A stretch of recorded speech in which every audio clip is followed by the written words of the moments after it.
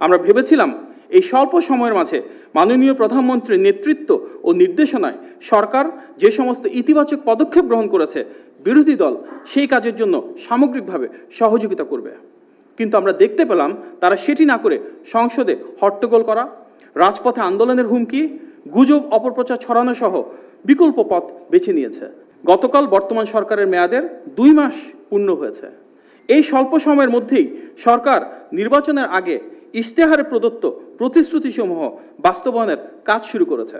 ব্যক্তিগতভাবে একটি কথা না বললেই নয়, ত্রয়োদশ জাতীয় সংসদ নির্বাচনের আগে বিএনপির জাতীয় নির্বাচন পরিচালনা কমিটির মুখপাত্র হিসেবে দায়িত্ব পালনকালে গণমাধ্যমের সাংবাদিক ভাই বোনদের কাছ থেকে যে অকৃত্রিম ভালোবাসা ও সহযোগিতা আমি পেয়েছি, তার জন্য আমি আন্তরিকভাবে কৃতজ্ঞ। সেই টিমে আমার সাথে কাজ করা জনাব তারিকুল ইসলাম ও জনাব মাহবুব নাহিদ এখনও কাজ করছেন এবং এখানে উপস্থিত আছেন সেই টিমের আপনাদের মাঝেই আরও কেউ।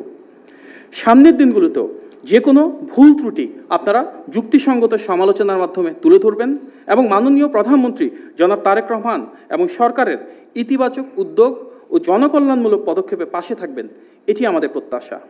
কারণ আপনাদের সহযোগিতা ও গঠনমূলক সমালোচনাই আমাদের সমৃদ্ধ করে। মুখপাত্র হিসেবে আমাদের প্রধান লক্ষ্য হল মাননীয় প্রধানমন্ত্রীর কর্মপরিকল্পনা, রাষ্ট্র পরিচালনার নীতিমালা এবং গণতান্ত্রিক শাসন ব্যবস্থায় তার গ্রহণ ও বাস্তবায়িত বিভিন্ন উদ্যোগকে একটি স্বচ্ছ, নিয়মতান্ত্রিক ও ধারাবাহিক প্রক্রিয়ার মাধ্যমে জনগণের সামনে তুলে ধরা। উল্লেখ্য যে প্রতিটি মন্ত্রণালয়ের মাননীয় মন্ত্রী, প্রতিমন্ত্রী ও উপদেষ্টাগণ নিজ নিজ দপ্তর সংক্রান্ত বিষয় যথারীতি তুলে ধরবেন এবং মাননীয় সংসদ সদস্যবৃন্দ তাদের নির্বাচনী এলাকা ও সংশ্লিষ্ট বিষয়ে স্বাভাবিকভাবেই মতামত তুলে ধরবেন। আমাদের দায়িত্ব মূলত মাননীয় প্রধানমন্ত্রীর নেতৃত্বে পরিচালিত রাষ্ট্রীয় কার্যক্রম ও জনগণের কল্যাণে তার নিরলস প্রচেষ্টাকে যথাযথভাবে উপস্থাপন করা। ফ্যাসিবাদের দীর্ঘ সময় এবং গত প্রায় 1.5 বছরের অন্তর্বর্তী সরকারের সময় একটি নির্দিষ্ট গোষ্ঠী পরিকল্পিতভাবে বহুমুখী অপপ্রচারে লিপ্ত থাকলেও সামাজিক যোগাযোগ মাধ্যমে অসংখ্য সচেতন নাগরিক স্বতঃস্ফূর্তভাবে শক্ত অবস্থান নিয়ে এসব মিথ্যাচার ও উদ্দেশ্য প্রণোদিত প্রচারণার বিরুদ্ধে জোরালো প্রতিরোধ গড়ে তুলেছেন। এই জন্য গণতন্ত্রকামী জনগণের পক্ষ থেকে আমরা আন্তরিক ধন্যবাদ জানাই।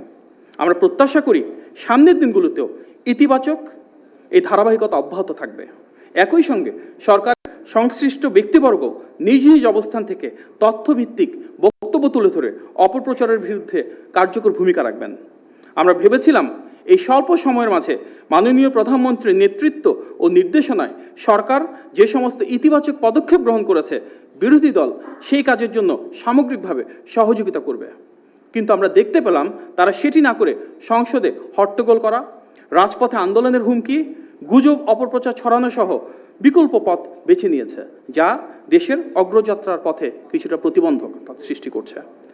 গভীর আনন্দ ও গৌরবের বিষয় যা ইতিমধ্যে আপনারা জেনেছেন যে মাননীয় প্রধানমন্ত্রী ও গণমানুষের নেতা জনাব তারেক রহমান এই বছর বিশ্বখ্যাত সাময়িকী টাইমের বিশ্বের সবচেয়ে প্রভাবশালী 100 ব্যক্তির তালিকায় স্থান পেয়েছেন।